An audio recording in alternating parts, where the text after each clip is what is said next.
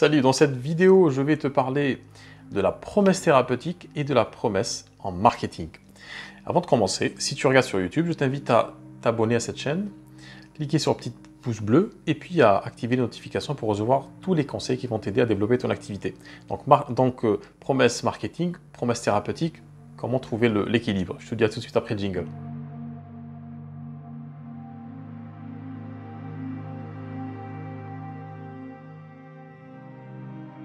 Alors, qu'est-ce qu'on appelle déjà? Qu'est-ce qu'une promesse thérapeutique? Une promesse thérapeutique, c'est le fait de dire à la personne, mon outil et mon accompagnement et ma bienveillance vont t'aider, vont t'accompagner à atteindre tel objectif ou à te débarrasser de telle chose, telle problématique. Donc ça, c'est quelque chose qui est tout à fait naturel. C'est le postulat même d'une thérapie, c'est-à-dire qu'elle se propose, qu'elle promet quelque part d'aider les gens à dépasser une certaine problématique, une certaine posture ou à débloquer un chemin de vie. Donc ça, c'est la promesse thérapeutique. La promesse marketing est un peu différente, mais pas finalement, pas trop. Et d'ailleurs, l'enjeu, c'est de trouver un alignement entre les deux, un équilibre entre les deux.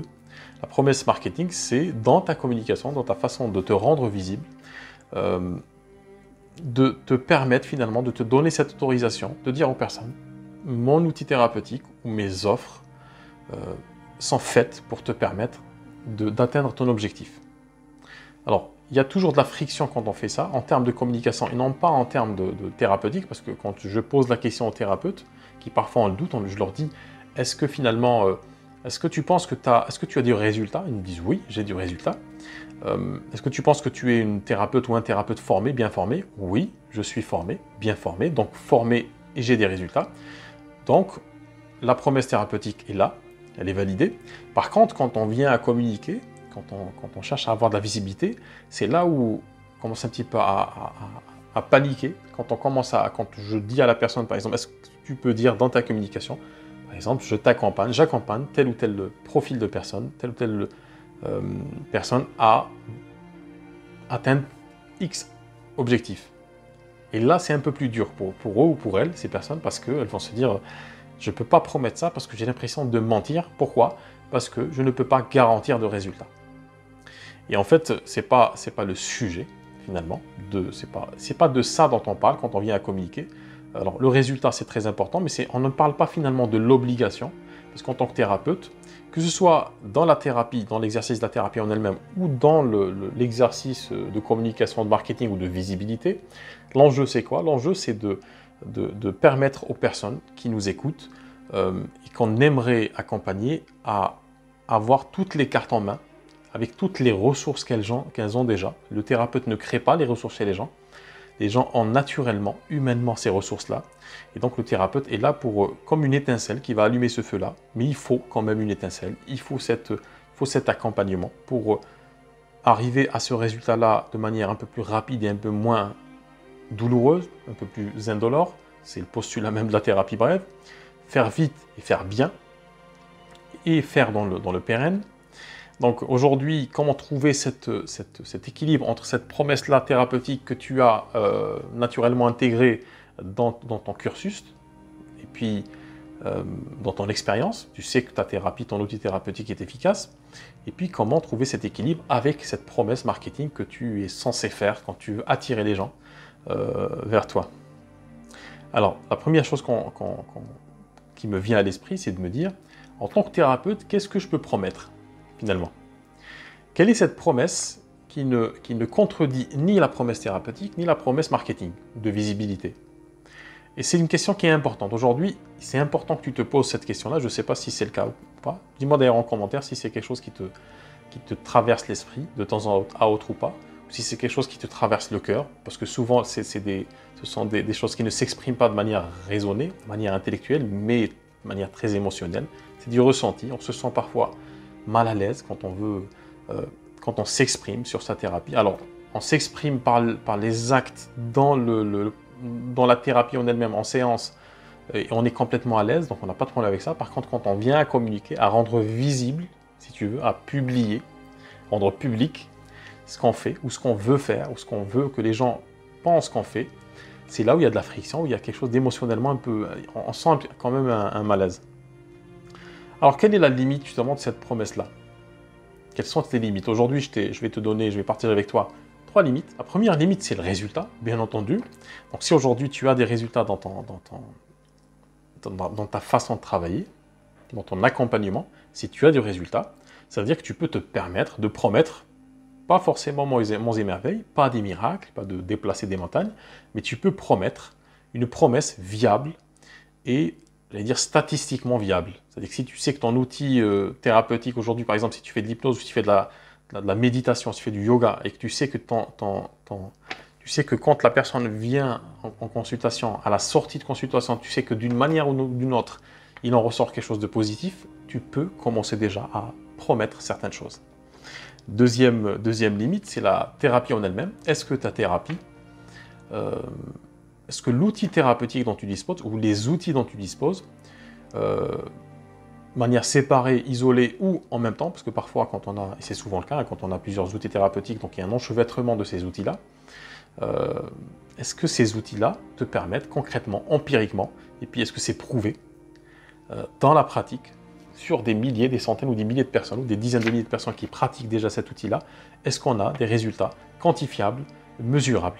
Si c'est oui, ça veut dire que tu peux promettre. Alors, petite parenthèse, fais attention, parce que tu auras si aujourd'hui tu commences ta pratique, tu es dans les premiers mois de ta pratique, peut-être que tu as ce réflexe de te cacher derrière ton outil thérapeutique dans ta communication, de parler plus de ton outil que toi-même, que de ce que tu dégages en tant que personne.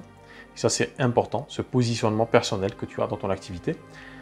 On peut traduire d'ailleurs par du branding, hein, tout ce qui permet aux personnes, aux futurs consultants, de te voir avec un V majuscule en tant que personne, en tant que thérapeute.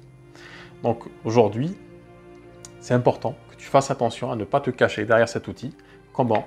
Dans ta communication, et ça tu peux le voir un peu partout, quand tu vas venir à parler de ta pratique, de ce que tu peux apporter aux autres, tu te focalises sur l'outil. Donc tu vas parler, par exemple, si tu es hypnothérapeute, si tu es praticien en hypnose plutôt, tu vas te focaliser sur l'hypnose. Donc tu vas parler des étapes de l'hypnose, de l'efficacité de l'hypnose, du processus, de l'induction, du protocole, de comment se déroule une séance. Donc tu fais plus de l'informatif que vraiment quelque chose qui apporte cette impulsion aux gens de se bouger, de se dire tiens, avec cette personne, je peux aller plus loin, je peux faire quelque chose pour mon avenir, pour ce blocage, pour cette chose qui m'empêche de vivre tranquillement, sereinement, etc., etc. Donc attention à ne pas te cacher derrière l'outil. Je ferme la parenthèse. Deuxième limite,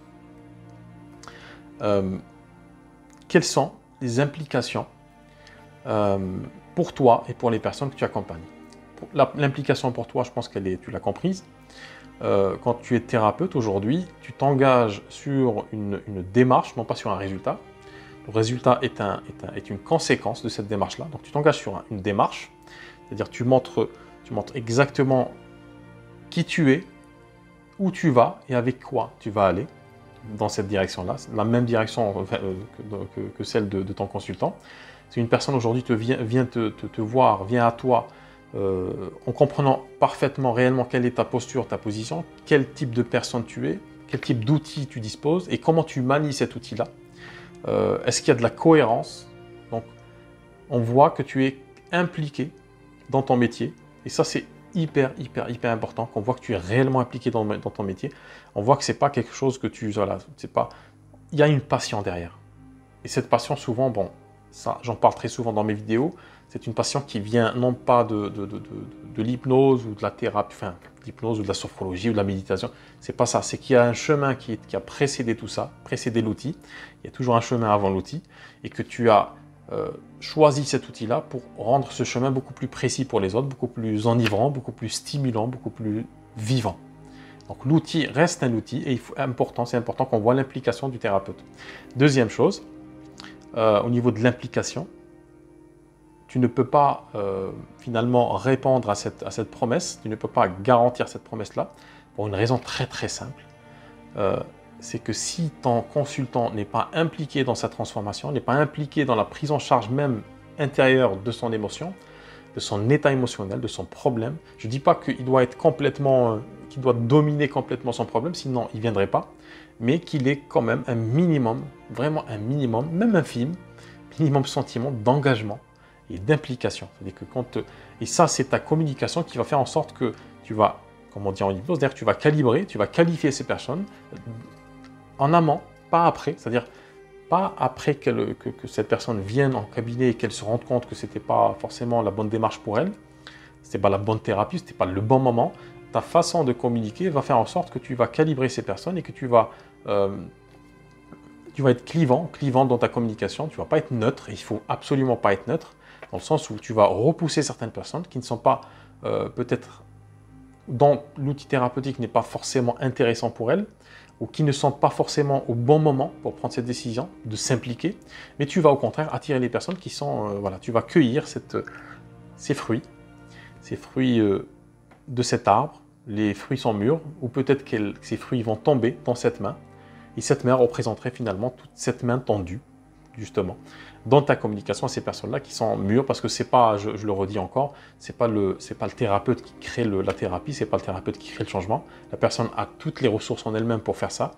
Le thérapeute va réagencer certaines choses de manière très intelligente, très experte, très bienveillante, pour permettre à la personne de cheminer finalement, d'avancer rapidement et de faire émerger ses ressources. Donc c'est hyper important que non seulement qu'il y ait de l'implication de ton côté, et puis qu'il y ait de l'implication de l'autre côté. Et quand tu arrives finalement à créer cette implication chez toi-même et puis chez les autres, tu vas voir que c'est là où l'étincelle va, c'est là où la magie va opérer, et que il va y avoir, tu vas commencer par faire ce qu'on appelle le développement d'activité réellement. C'est là où l'activité réellement va commencer à se développer, et c'est assez enivrant de voir la chose se passer, parce que tu es complètement aligné avec ce que tu fais. Et tu le fais de manière simple, saine, sans fausse promesse, et tout en garantissant également d'assumer finalement une véritable promesse qui est derrière l'outil thérapeutique. Ce n'est pas l'outil thérapeutique qui va être le plus important, c'est la personne, le thérapeute qui va manier cet outil-là, parce qu'aujourd'hui tu te focalises peut-être sur ton outil, demain tu peux continuer à te former, donc tu auras 2, 3, 4, 5, 10 outils. Alors tu feras quoi justement? Est-ce que tu vas parler de ces multitudes d'outils, ou est-ce que tu vas avec un discours un peu barbant, un peu chiant, ou est-ce qu'au final tu vas revenir recentrer sur l'essentiel, et l'essentiel dans le processus thérapeutique, c'est la rencontre entre deux personnes. Bien entendu que la personne qui accompagne doit être formée, c'est hyper important, mais ça reste au fond la rencontre de deux personnes, de deux chemins, et tu vas cheminer avec cette personne qui a besoin de tes compétences et de ta bienveillance pour arriver à bon port, ou le prochain port, et continuer finalement à naviguer d'elle-même avec les ressources qu'elle a. Voilà ce que je voulais te dire aujourd'hui dans cette vidéo sur les promesses marketing. Si tu regardes sur YouTube, je t'invite à aimer, à liker cette vidéo, puis à me laisser un petit commentaire, dis-moi ce que tu en penses.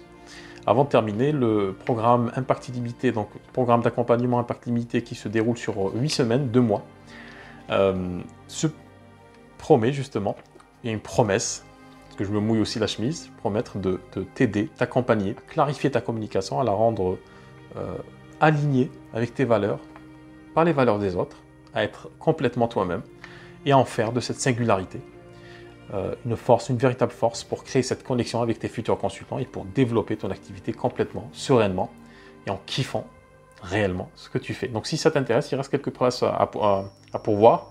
Je te mets aussi le lien en dessous, ça s'appelle Impact Illimité. Tu trouveras tous les détails sur impactillimité.fr, sans accent, impactillimité.fr.